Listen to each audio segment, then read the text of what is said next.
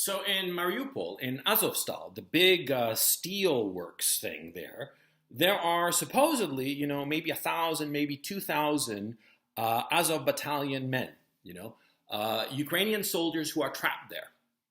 And everybody in the West is saying all kinds of nonsense about them. I mean, first of all, the biggest nonsense is, of course, that these men are somehow carrying out an actual resistance to the Russians, and that because of it, the Russians have tens of thousands of troops still in Mariupol trying to contain this group of valiant resistance fighters, and that's a lie. Okay, it's a lie because see, there are only a finite and relatively small number of exit points from the Azovstal complex. And so it's easy to cover them for the Russians. So they've been able to move out soldiers like crazy. They've just pulled them all out because now the whole Azovstal situation is really a police action. Okay? The outcome is inevitable. Everybody knows how it's going to turn out. Either those soldiers in Azovstal are going to come out and surrender, or they're going to die of starvation and lack of water. See, it's inevitable. Okay? But here's a little twist in that little story. See, it's turning out that there are civilians with the Azovstal people. Now, it's unclear at this time whether those civilians are family members of some of the soldiers or if they're hostages. And undoubtedly, some of them are family members, but undoubtedly, too, some of those civilians are hostages. Then there's a story of Babushka Z. Babushka Z was this little old lady who, very old, elderly lady. She saw some soldiers. She lives in Ukraine near the border with Russia. She saw some soldiers come out, and she thought they were Russian soldiers. So she came out with her Soviet battle flag, really, And, she said that she was so happy to see them, and they were Ukrainian soldiers who were videotaping this, of course, and they took her flag and they stepped on it. And this little old lady objected to this, and she pointed to the flag, and she said, my parents died for that flag, and you're stepping on it. Powerful stuff. And in Russia, she's become like this huge symbol. This little old lady carrying this flag, and a lot of people, a lot of young people, have gravitated to this image because she was quite brave. And during the video exchange, she was given food by these Ukrainian soldiers. I mean, that was the whole point of why they were videotaping her. They wanted to show how they were so nice and they were giving the poor little old lady some food. And she took the bag and just returned it. She just put it there on the ground and said, no, you're stepping on my parents' flag, That took a lot of courage, man. More courage than probably you or I will ever have. And of course, because of this, she has become a huge symbol. Now, she was found by Ukrainian forces. They found out who she was once she became a symbol, of course. See? Once that video went viral and she became a symbol, and all over Russia, they started painting murals of her. For real, they have. There are all kinds of murals all over the place. And there are even like statues that people have made of her, and she's become a big deal in Russia. And so Ukrainians decided that they were going to find her. And they did find her. And what they wound up doing is that they shelled the Zelensky forces, the Zelensky regime forces, shelled her home, destroyed it, and told her that the Russians had done it. And used that opportunity to get her to videotape how she was disappointed in the Russians and all kinds of things. She was manipulated, the poor old lady. But there's a picture of her. I'm going to try to put it as a thumbnail to this video. If I can't, well, you can find it on my Twitter feed. There's a picture of her in a hospital bed. And she's she's sitting on the hospital bed. She seems to be fine, but she's in the hospital because she and her husband suffered these very minor injuries, and her husband is also an elderly gentleman. And they suffered very minor injuries from this destruction of their home.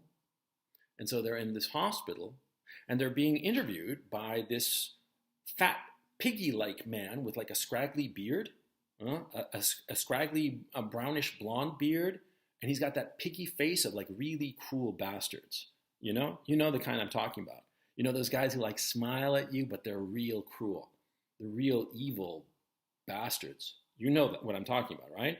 Well, there's a picture of her, Babushka Z, her husband, And this man talking to them and pretending to be all nice, and next to the old man is a fourth person in the photograph.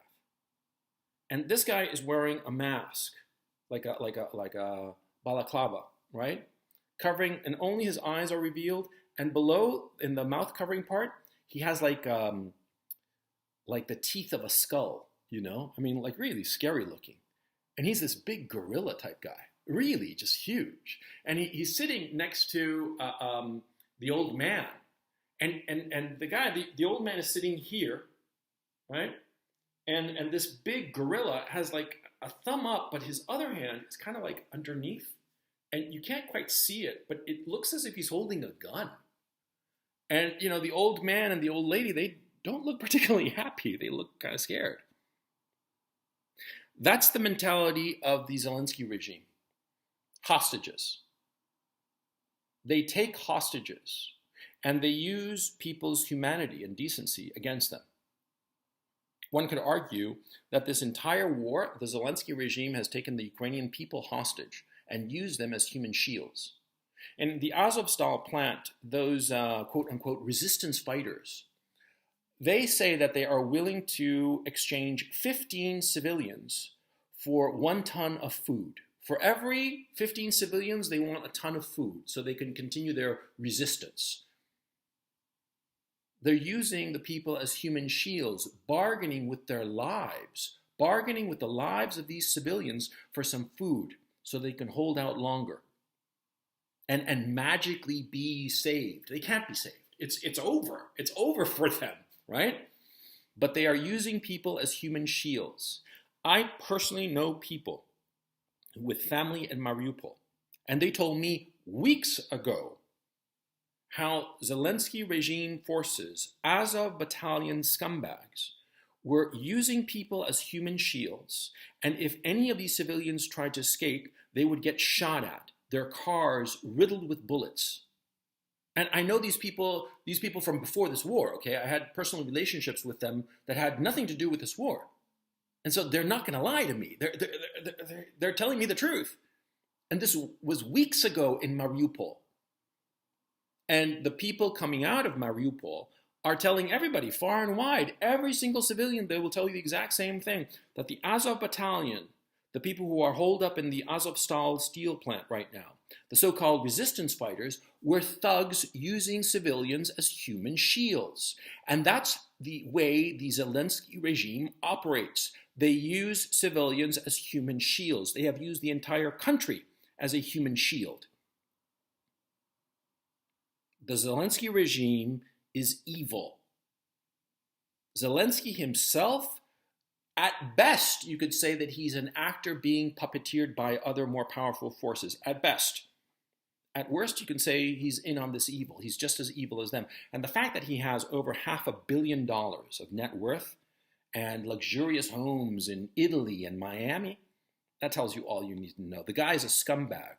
They will use human beings as human shields, civilians, men, women, children, old women. Babushka Z is a hostage to these Ukrainians so that they can score some sort of PR stunt. That's what's going on. And the civilians in the Azovstal plant, maybe they're family members of those quote-unquote resistance fighters, i.e. goons, thugs, losers. Maybe they are family members of them, but more likely than not, I bet that they're just regular civilians, that the Azovstal threatened and intimidated to go into that plant with them so that they could use them as bargaining chips, which is what they are doing now. Understand what's going on in Ukraine. This is what's going on. These are the kinds of people that the rest of the world has to deal with.